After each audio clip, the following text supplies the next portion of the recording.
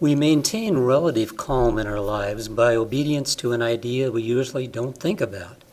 We try to be truthful because we want others to respect truth in the same way.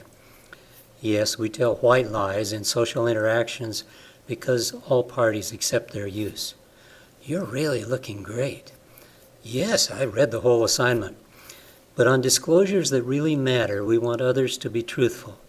Do we accept that obligation? The idea of integrity includes knowing right from wrong and accepting the obligation to act on that knowledge. In other words, when we know we are lying or recognize another person's lies and do not challenge them, we have subverted our integrity. Our autonomy, that is, our freedom to act on our own life choices, depends on our shared willingness to speak truthfully. Lying assaults the autonomy of all involved in communication. The liar gains power over others, but as the ethicist Cicely Bach argues, also damages his or her capacity to make choices.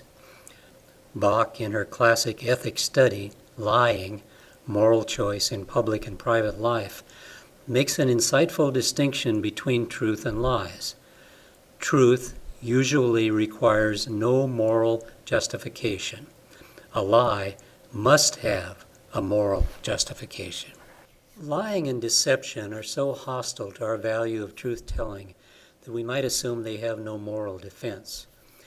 Yet Cicely Bach and other ethicists concede that lies may be justified. A person in danger of injury or death is certainly justified in lying as a way to escape or minimize harm. But Bach wants some tough questions answered before anyone claims that a lie was justified. Have all truthful alternatives been considered, she asks. And quoting her, and only where a lie is a last resort can one even begin to consider whether or not it is morally justified, she says on page 31. And can the lie be justified to the public? The meaning of public is unclear. In some cases, justification to a representative group drawn from the public would amount to justification.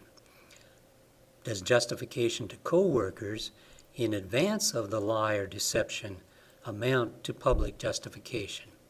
In their efforts to tell important news, journalists have often been tempted to lie or deceive in order to get critical information.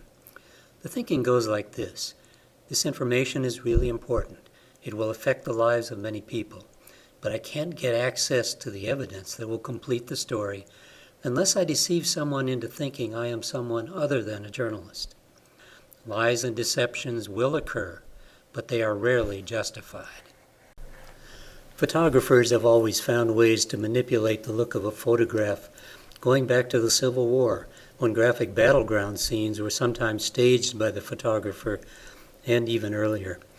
When photographs were introduced in newspapers late in the 19th century, the appeal of huge audiences encouraged manipulation. Abuses were limited, though, by efforts of mainstream newspapers and magazines to keep audience trust.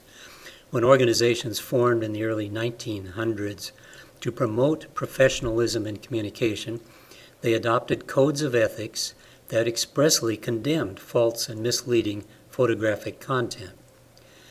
The reality of our time is that any of us can post or publish photographs in many media platforms. Most of us have access to programs that alter photographs. Few of us are affiliated with professional communication groups or have seriously studied the ethics of publishing or posting. The information consumer should beware that news photography is no longer nicely corralled by a few major media, but has escaped into the digital media universe. We need to be more skeptical.